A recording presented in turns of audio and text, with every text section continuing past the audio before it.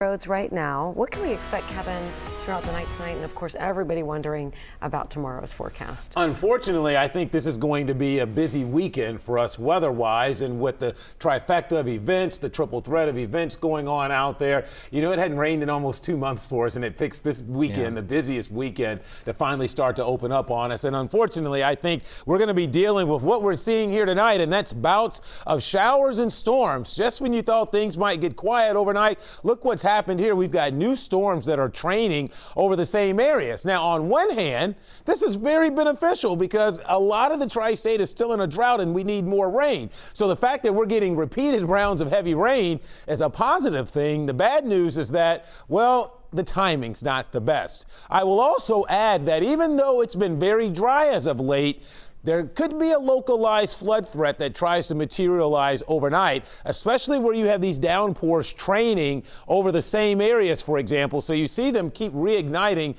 from Ross to Fairfield, Green Hills, Finneytown here, back towards Gulf Manor, and then across the northeastern part of Hamilton County. Big downpour on the 275-71 interchange there as you get past Pfeiffer Road. This is moving into Sims Township and on back into parts of Claremont County with heavy rain. These heavy areas of rain extend through Mount Orab, basically Fayetteville on down towards the Mowrystown community. That's one segment of showers and storms. The other across northern Kentucky, where you've had several bouts of heavy rain now from around the airport back through Florence, Independence, across Kenton County, back towards Alexandria. You've got some light to moderate rain going. And as I expand the view, notice this activity keeps developing up Interstate 74.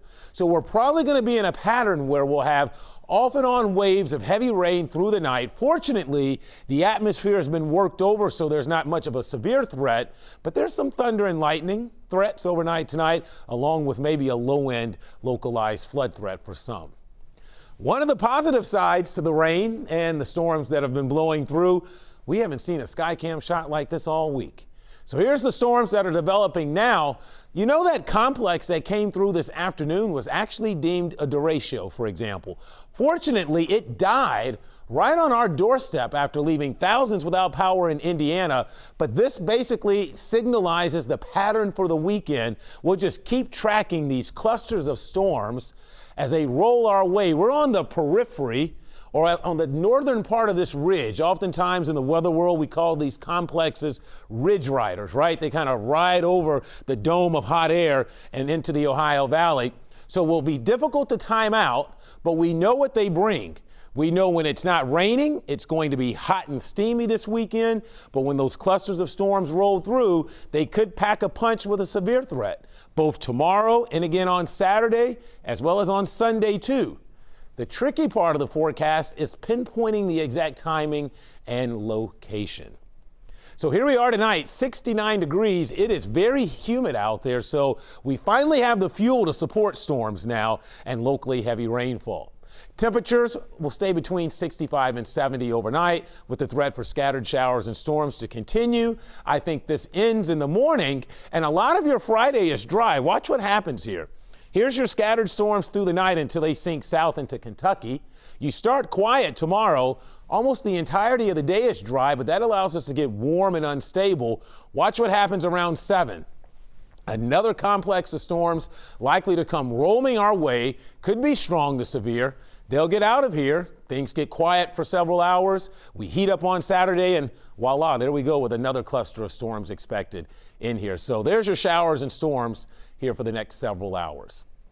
Humid tonight, we'll slip to about 67 by morning. Tomorrow, muggy sunshine with late storms again.